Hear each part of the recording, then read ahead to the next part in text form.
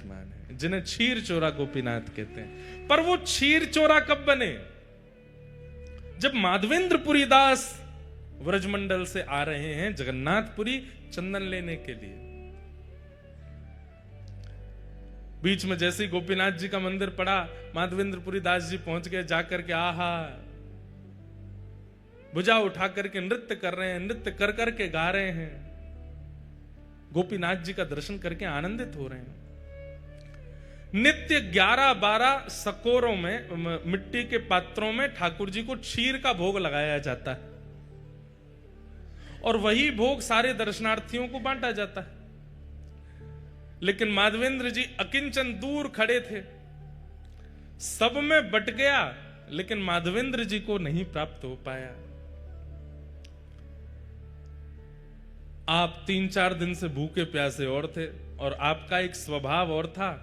माधवेंद्र संतों के भी अपने अपने स्वभाव होते हैं। जैसे कई संतों का नियम होता है, हमारे वृंदावन में आज भी है, जो भिक्षा याटन करते हैं, जो मधुकरी मांगने के लिए जाते हैं, उनका समय है, वो इतनी देर ही आपके द्वार पर रहेंगे, ना तो आपको बुलाएंगे ना डोरबेल बजाएंगे, बस आपके द्वार पर खड़े होकर मंजीरा लेकर के कीर्तन करेंगे। आपने सुन लिया तो दौड़ के जाओ और जो भी मधुकरी है ला करके उनको दे दो। यो नहीं कि बैल पे बैल बजाए जा रहे हैं, गेट खटखटा रहे हैं, अरे जल्दी लाओ भिक्षा लेकर के आओ, हमको दे दो। ब्रज में ऐसे संत नहीं रहते। ब्रज में क्या है, मंजीरा लेकर के जाएंगे, आपके द्वार पर खड़े होकर के हरे कृष्ण हरे राम या राधे कृष्ण राधे श्याम, जो कीर्तन प्रिय लगेगा वो कीर्तन करेंगे। उसका भी उनका समय बंधा हुआ है, 3 मिनट 4 मिनट 5 मिनट, उतनी देर ही कीर्तन करेंगे। उतनी देर में आपने कुछ दे दिया तो ठीक, नहीं तो भूखे ही चले जाएंगे और जाकर के भूखे ही सो जाएंगे, मांगेंगे नहीं। इसलिए ब्रज की कई माताएं हमारे घर पे भी संत जन पधारते हैं, बगल में ही भागवत निवास करके स्थान है, वहां के महापुरुष पधारते हैं, तो वे भी आकर के द्वार पर खड़े हो जाएंगे। आपको पता चल जाए तो भिक्षा दे दो, नहीं तो चले जाएंगे। और उनका टाइम फिक्स है 6:15, तो मतलब 6:15 बजे ही आएंगे। हमारी माता जी अगर स्वयं रहती हैं तो स्वयं पहले ही बना करके दे आती हैं, और नहीं रहती हैं तो जो घर पर रहेगा उसको सारे काम बाद में बताएंगी, ये कमरा देख लेना, वो ये सब बाद में, सबसे पहले बताएंगी शाम को 6:15 बजे वो भागवत निवास के महाराज जी आएंगे, उनके लिए इतनी रोटी दाल चावल सब तैयार करके मधुकरी उनको दे देना।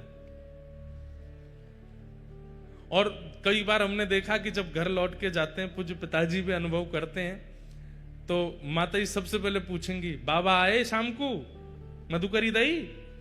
और वो सामने जो घर पे रुके वो अगर के अरे मैया कल तो हम लेट हो गए, बाबा चले गए, तो माँ इतनी उदास हो जाती है कि बेचारे बाबा कल मधुकरी नहीं पाए होंगे। ऐसे मधुकरी पाकर के हमारे व्रज में संत रहते हैं।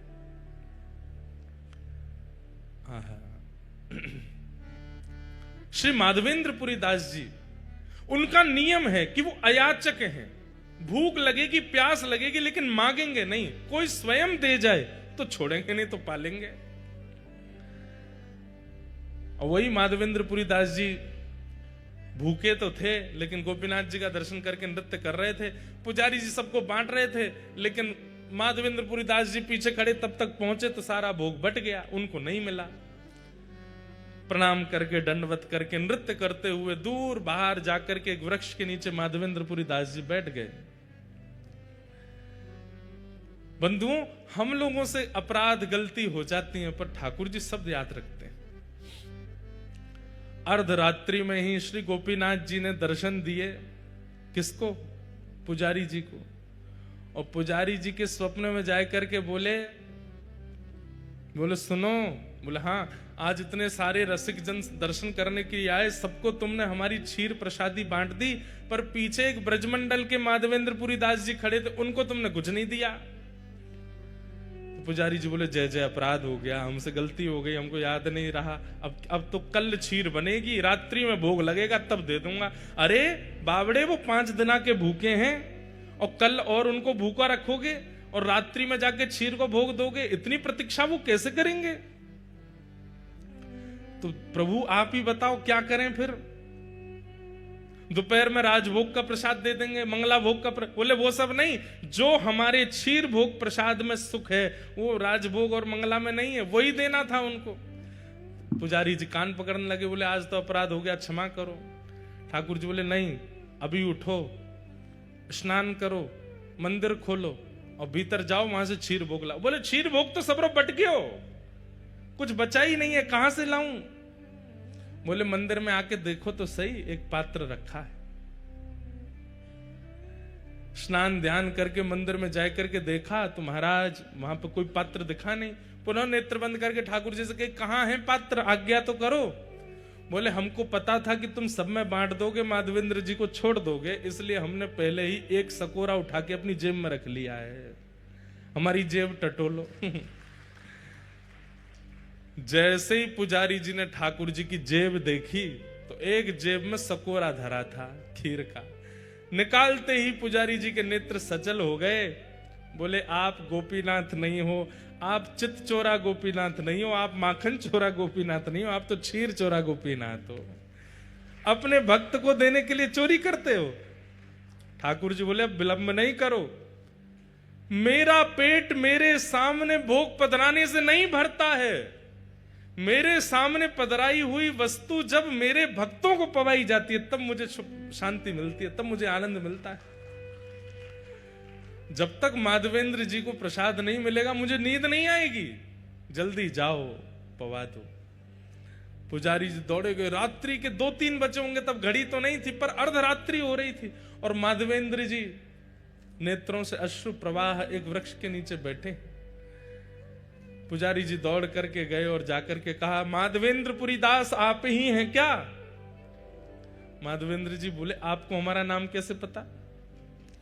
बोले भैया किसी का परिचय सेठ कराते हैं, किसी का परिचय नगरवासी कराते हैं, पर आपका परिचय तो स्वयं श्री गोपीनाथ जी ने दिया है, स्वयं ठाकुर जी ने आपका नाम बताया है। माधवेंद्र जी बोले वो मेरा नाम जानते हैं? बोले जी उन्होंने ही आपका नाम बताया। और आपको खीर भोग नहीं मिला था आज? बोले नहीं मिल पाया था, आपने सब में बांट दिया, हम तक पहुंच ही नहीं पाए। बोले लो ठाकुर जी ने आपके लिए खीर, और पूरी वृत्तांत बताया कि ठाकुर जी ने अपनी जेब में छुपा करके रखी आपको देने के लिए। आहा, माधवेंद्र पुरी दास जी तो वहीं नृत्य करने लगे, रुदन करने लगे, अश्रुपात होने लगा नेत्रों से। हाँ गोपीनाथ, प्राण गोपीनाथ, जीवन गोपीनाथ कहकर के रोने लगे। खीर भोग पाया।